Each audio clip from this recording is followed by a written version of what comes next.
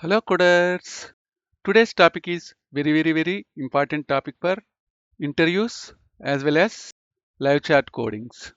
In ICD-10 CM, one of the most confusing concept is applying seventh character placeholder for traumatic fractures. But it is not that much easy to understand using the guidelines as well as tabular. In this session, we are going to learn easy tips to master ICD-10 CM 7th characters for traumatic fracture using decision tree. The objectives of the session will be: first, we will learn fracture terminology, we will learn types of fracture, we will learn 7th character placeholders for fractures, and also we will see few practice scenarios as well as recap. If anyone looking for medical coding jobs in India, USA, UAE, join in our WhatsApp group. So group link is in the description of this video. My name is Hari Gupta, content creator for FastCoder21 Medical Coding YouTube channel. So first we will see what is a fracture. So fracture is a break in the bone. In this slide we are seeing types of fractures we will encounter during our live coding scenarios. First one is normal bone. So this is the green stick fracture, oblique fracture, transverse fracture, and oblique displaced, comminuted fracture, segmental fracture, avulsed fracture, as well as here it is impacted fracture, torus fracture, spiral, as well as linear. Based on the shape of the fracture, they have classified all these fracture. For example, if we see green stick fracture, this is other name for this fracture is hairline fracture. So basically this is a very minute fracture we will encounter during trauma. If you see oblique displaced, so this is the shape of the fracture is oblique and displaced. So there is no continuation between two fracture ends. Now we will see few terminology related to fractures.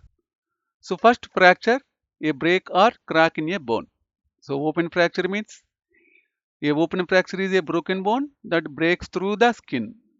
Okay, so closure fracture is a broken bone that does not break the skin.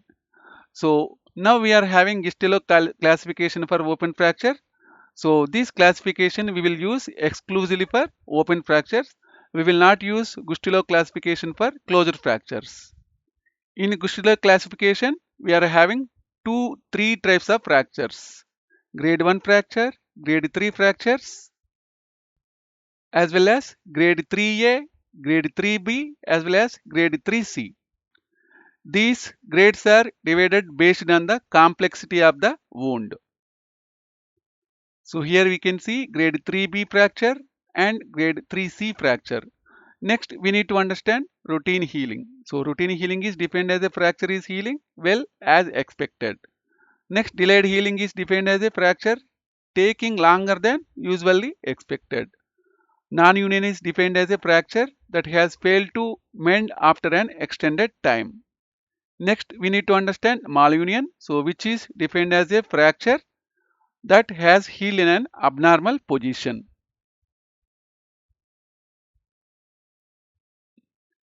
So next two lines are related to ICD-10 CM guidelines.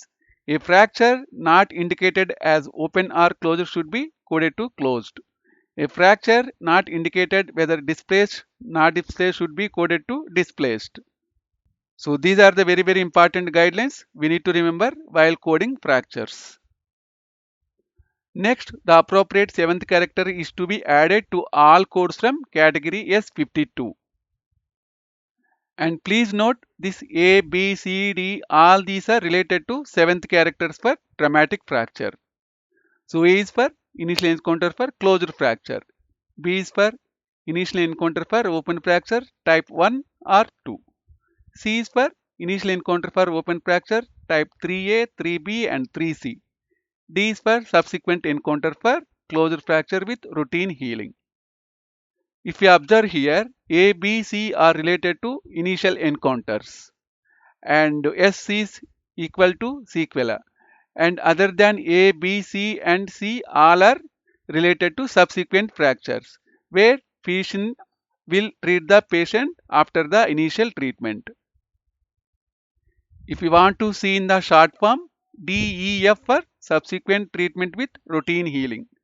GHJ is for subsequent treatment with delayed healing.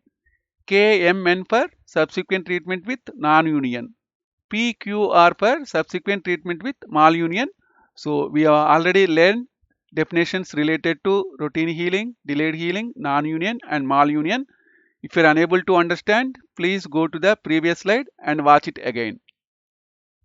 So this is the decision tree for fractures 7th character application. So whenever you want to code fracture coding, first you need to check whether physician is providing active treatment or not at the current visit. If the physician is providing active treatment, you need to check whether fracture is closed or open. If the fracture is closed, we need to use A.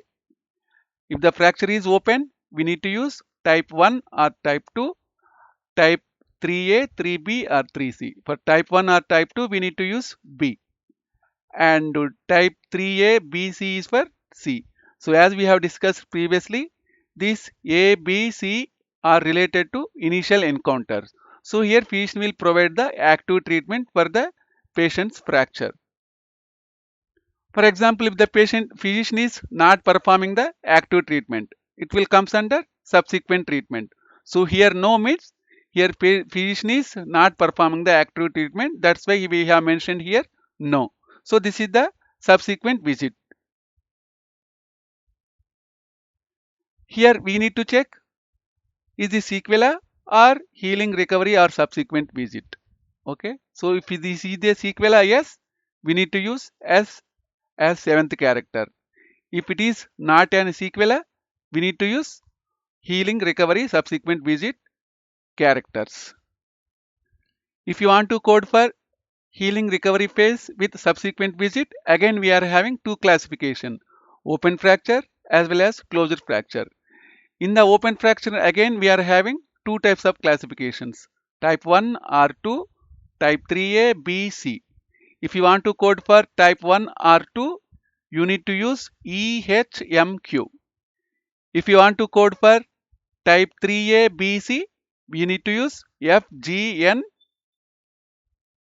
For example, patient came in for subsequent visit, but patient is having the closed fracture. So that time you need to use 7th characters as DKPG based on routine healing, non-union, malunion or delayed healing. So I think based on this decision tree you can understand and you can apply these guidelines very easily. Still you are confused, please mention in the comment section of this video. So I will try to ensure in appropriate method in order to teach you. Now we will see few example scenarios. So first one, patient presents to the ED and orthopedic is called for evaluation of a type 1 open fracture of the shaft of the right radius. So here basically we are using B. So based on the first question, the patient came in for initial visit. So here we are using B and also patient is having type 1 open fracture. In next scenario, patient presents for follow-up for a type 3B oblique displaced fracture of the shaft of the left femur. The fracture is healing well after surgical intervention. So here in order to code this scenario, we need to find the keywords first. Follow-up is one keyword and type 3B is one keyword and also healing is one keyword as well as after surgical intervention is another keyword in order to code this key scenario.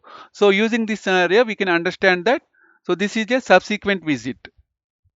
Hence as it is a subsequent visit we need to use F as the 7th character for type 3C open fracture with routine healing.